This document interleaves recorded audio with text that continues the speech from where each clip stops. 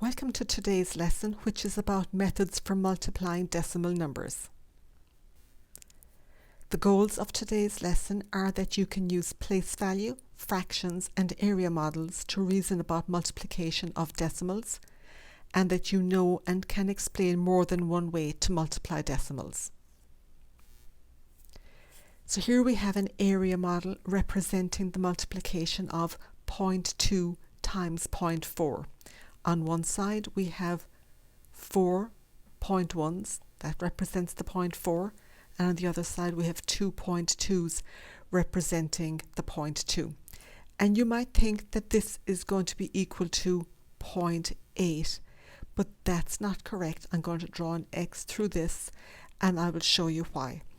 So let's look at the 10 by 10 grid here. Each of these could represent 0.1. And the same in the other direction, 0.1, 0.1, so that the full length, when you have 10 1/10ths, is one whole number, and the same here, we have 0.1, 0.1, 0.1 10 times, it's 1.0.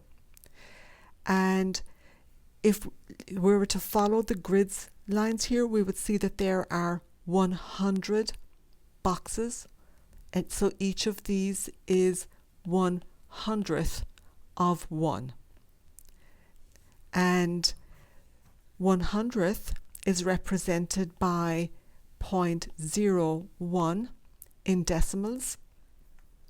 Going back to our first drawing here, we have 8 1/100ths, so 0.01, 0.01 and so on, 8 of them, so it's equal to 0.08.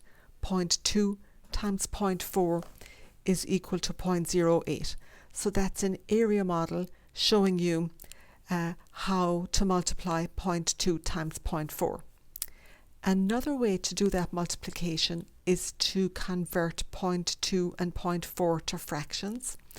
So you could have 2/10ths, 0.2 is 2/10ths, multiplied by 4/10ths, because 0.4 is the equivalent of 4/10ths, and then we can multiply these.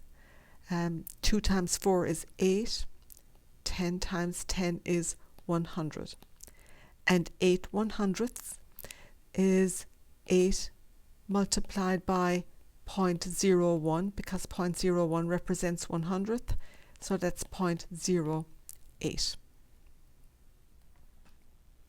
So here you saw how to multiply 0.2 times 0.4 with an area model and by converting to fractions.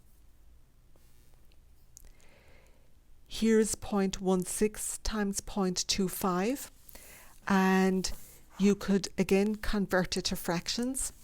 So 1.6 is 16/10ths, and 0.25 is 25 100ths, and if we multiply these, 16 times 25 is 400, and 10 times 100 is 1000, and we could divide them both by the greatest common factor or by a factor that's easy to see, so that you could divide them both by 100, and we would get 4/10. So if we divide 4.0 by 10, we saw in a previous lesson that means we would move the decimal place 1 point to the left and we would get 0.4. So that's by converting fractions, or converting to fractions, we can do that. Another way we could calculate 1.6 by 0.25 is to convert to whole numbers first. 1.6, I'll multiply that by 10 to give me 16, and 0.25 I will multiply by 100 to give me 25. And now I can multiply 16 times 25, which is 400. And now I need to divide by 10 and divide by 100. I need to divide by 10 because I multiplied by them, so I need to divide by them again. So divide by 10 and 100 means I will divide by 1000. So that means divide by 10 times 10 times 10. So I would move the decimal place 1, 2, 3 times to get 0.4. So that's two ways there to calculate a decimal multiplication. One is by converting to fractions, and another is by converting to whole numbers. So to summarize, you can write equivalent fractions and then multiply the fractions. You could draw an area diagram, or I'm going to write here, you could convert to whole numbers. Just because it's easier to work with whole numbers, convert to whole numbers. And just remember to divide at the end by whatever you multiplied the decimals by to create the whole numbers. So that's three ways there you saw to multiply decimals.